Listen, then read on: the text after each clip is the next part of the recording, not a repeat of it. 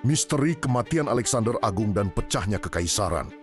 Setelah bertahun-tahun menaklukkan dunia, Alexander Agung akhirnya mencapai India, tanah yang jauh dari Makedonia. Namun, di tepi sungai Hifasis, pasukannya menolak melangkah lebih jauh. Para veteran Makedonia sudah lelah. Mereka telah berperang selama lebih dari 8 tahun, jauh dari rumah, kehilangan keluarga, dan menghadapi gajah perang India yang mengerikan. Jenderalnya, Koenus, berbicara jujur.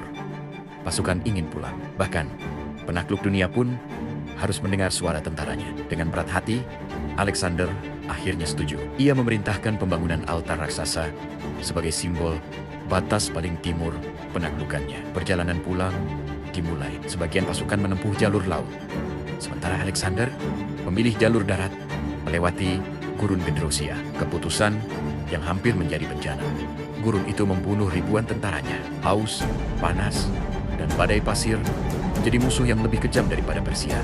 Saat seorang prajurit membawa sedikit air untuknya, Alexander menolaknya dan menuangkannya ke pasir agar semua merasakan penderitaan yang sama.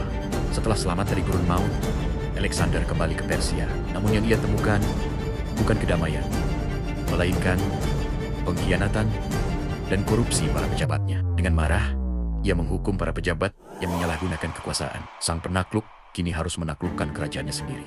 Ia juga mencoba menyatukan bangsa Yunani dan Persia lewat pernikahan massal di Sus. Langkah besar yang membuat banyak tentaranya marah.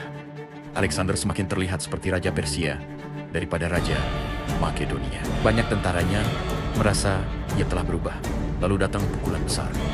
Kematian sahabat terdekatnya, Division. Alexander sangat hancur. Ia memerintahkan upacara pemakaman megah dan berkabung. Alexander seperti kehilangan separuh jiwanya sendiri. Meski berduka, ia mulai merencanakan ekspedisi baru menaklukkan Arabia.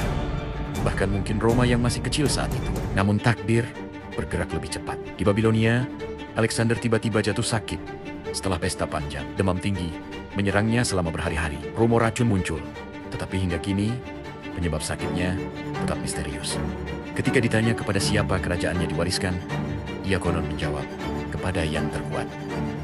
Pada usia hanya 32 tahun, penakluk terbesar dunia itu meninggal. Sebuah kekaisaran raksasa kehilangan pusatnya. Tidak ada penerusnya, yang jelas memicu perang besar. Para jenderalnya, Yadoci, saling membunuh demi merebut warisan sang raja. Kekaisaran pun pecah menjadi kerajaan-kerajaan besar seperti Mesir, Ptolemaik, dan Seleukia. Jangan lupa like dan subscribe untuk ingin tahu nasib selanjutnya. Invasi kerajaan Romawi ke tanah warisan Alexander Agung.